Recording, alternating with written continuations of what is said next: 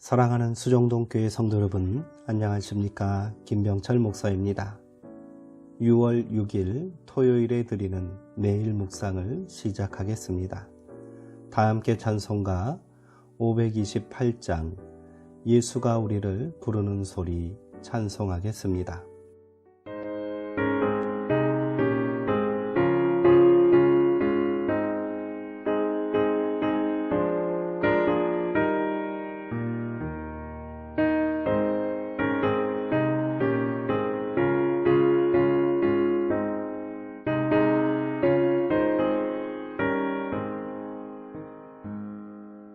예수가 우리를 부르는 소리 그 음성 부드러워 문 앞에 나와서 사면을 보며 우리를 기다리네. 오라 오라 방황치 말고 오라.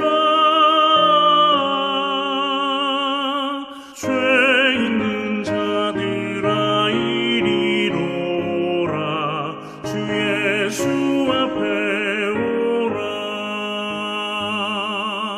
간절히 오라고 부르실 때에 우리는 지체하랴. 주님의 은혜를 왜 아니 받고 못 들은 채 하려나. 오라 오라 방황치 말고 오라. 죄 있는 자들아 이리로 오라. 주 예수 앞에 오라.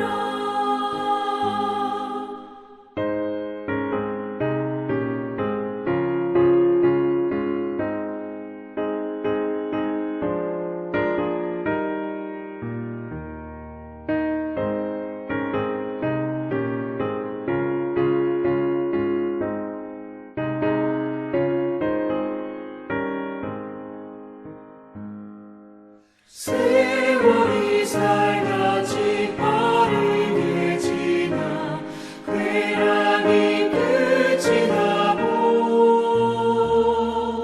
사망의 그늘이 너와 내 앞에 둘리며 날이 오네. 오라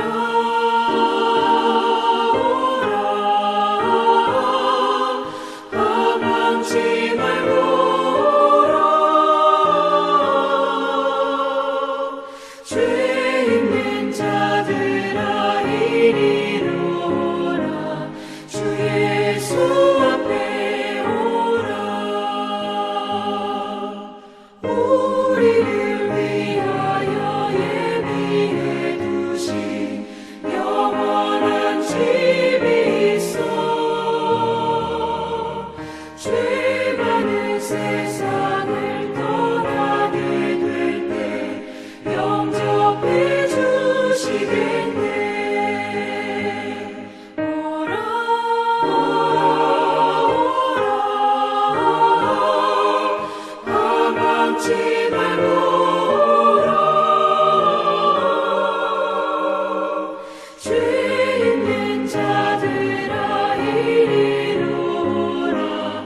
주 예수 앞에 오라.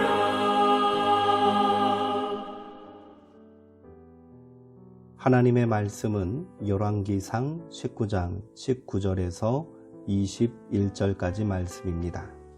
구약성경 550쪽에 있습니다.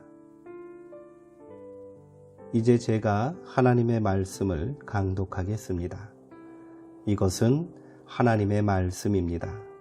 하나님의 말씀에 경청하시기 바랍니다. 엘리야가 거기서 떠나 사바데 아들 엘리사를 만나니 그가 12 겨릿소를 앞세우고 밭을 가는데 자기는 12째 결의소와 함께 있더라. 엘리야가 그리로 건너가서 겉옷을 그의 위에 던졌더니 그가 소를 버리고 엘리야에게로 달려가서 이르되 청하건대 나를 내 부모와 입맞추게 하소서. 그리한 후에 내가 당신을 따르리이다. 엘리야가 그에게 이르되 돌아가라. 내가 내게 어떻게 행하였느냐 하리라. 엘리사가 그를 떠나 돌아가서 한 결의소를 가져다가 잡고 소의 기구를 불살라 그 고기를 삶아 백성에게 주어 먹게 하고 일어나 엘리야를 따르며 수종 들었더라. 아멘. 영혼의 구조조정이라는 제목으로 묵상 말씀을 나누도록 하겠습니다. 엘리사는 엘리야를 통해 하나님의 부르심을 받았습니다. 그는 12결의소를 앞세우고 밭을 갈고 있었습니다. 12마리 결의소로 밭을 간다는 데서 알 수 있듯이 그는 유복한 사람입니다. 그런데도 그는 하나님이 부르셨을 때 즉각적으로 응답했습니다.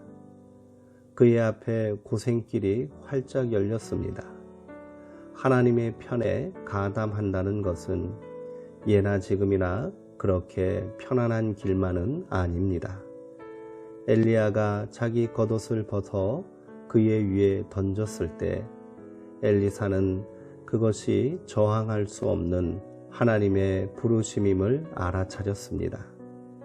그는 먼저 부모에게 작별 인사를 드린 후 결의소를 잡고 소가 매던 멍에를 불살라서 그 고기를 삶아 일꾼들에게 나눠주었습니다.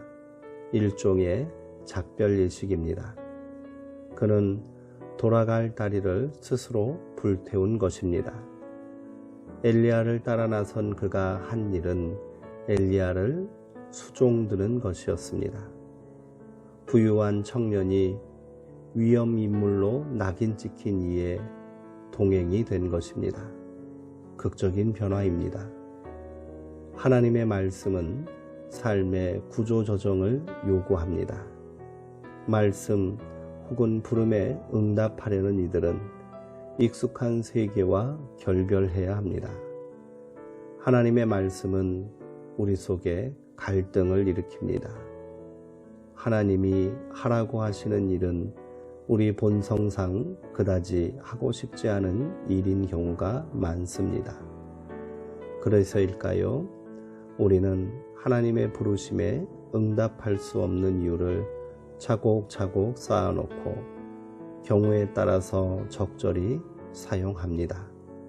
하나님으로부터 멀리 달아나는 사람일수록 이유가 많고 응답할 수 없는 사정이 많아집니다. 이런 사람들은 어린 왕자에 나오는 지리학자처럼 신앙에 대한 정보를 수집할 뿐 모험을 시도하지 않습니다. 그러면서도 어려운 일을 만나면 천연덕스럽게 기도합니다. 하나님, 내 마음 아시지요? 내 사정 아시지요? 헤아려 주세요. 하나님의 마음을 알아차리지 못하는 이가 진실되게 기도할 수 있을까요? 엘리사는 행복한 삶의 조건을 포기하고 하나님의 사람이 되었습니다. 베드로를 비롯한 많은 제자들도 배와 그물을 버려두고 예수님을 따랐습니다. 바울도 이전에 그의 삶을 화려하게 장식했던 모든 자부심의 근거들을 배설물처럼 버렸고 예수님을 위해 고난당하는 것을 영광으로 여겼습니다. 예수님을 따르려면 뭔가를 버리지 않으면 안 됩니다. 그는 나를 따라오려는 사람은 자기를 부인하고 날마다 자기 십자가를 지고 나를 따라야 한다 말씀하셨습니다. 예수님을 따르기 위해 우리는 무엇을 버렸습니까? 아브라함은 공포와 전율 속에서 사랑하는 아들 이삭을 하나님께 바쳤습니다. 영생을 얻기 위해 우리는 오늘 무엇을 바치고 있습니까? 영적인 자유는 버림 혹은 바침에서 비롯됩니다. 현대인들은 몸의 요구에 민감하게 반응합니다. 좋다는 음식은 다 찾아 먹고 조금 아프면 얼른 병원으로 달려갑니다. 의사들의 말을 금과 옥조로 여기며 따릅니다. 자기 이미지를 바꾸기 위해서 몸의 구조 조정을 단행하는 이들도 많습니다. 하지만 영혼을 위한 구조 조정에는 매우 게으릅니다. 버리고 떠나기를 연습해야 할 때입니다. 함께 기도하시겠습니다. 하나님, 삶이 권태로울 때면 우리는 낯선 곳으로 떠나고 싶어 합니다. 새로운 장소와 만남이 주는 긴장이 살아있다는 감각을 생생하게 일깨워주기 때문입니다. 그러나 정작 우리가 떠나야 할 것은 특정한 장소가 아니라 익숙한 것에 집착하는 우리의 마음입니다. 삶의 불확실함을 피하고자 하는 욕망 때문에 우리는 신앙의 모험에 나서지 못합니다. 주님이 부르시는 삶의 자리에 서지 못하고 있습니다. 우리의 나태함을 꾸짖어 주옵소서. 버리고 떠나는 삶을 연습하게 도와주시고 그 가운데 참된 자유를 맛보게 하옵소서. 예수님의 이름으로 기도합니다. 아멘. 이상으로 6월 6일 매일 묵상을 마치겠습니다. 오늘 함께 나누신 열왕기상 19장 19절에서 21절까지 말씀을 3번 이상 다시 한번 묵상하시고 더 깊은 묵상의 자리로 나아가시기 바랍니다. 오늘은 내 삶의 만족과 안락함을 제공하는 익숙한 것들과 결별하는 작은 결단이 있었으면 좋겠습니다. 비록 그것이 작고 사소한 것이라 할지라도 말입니다. 사랑하는 성도님들, 오늘도 평안하시고요. 주 안에서 강건하시기 바랍니다.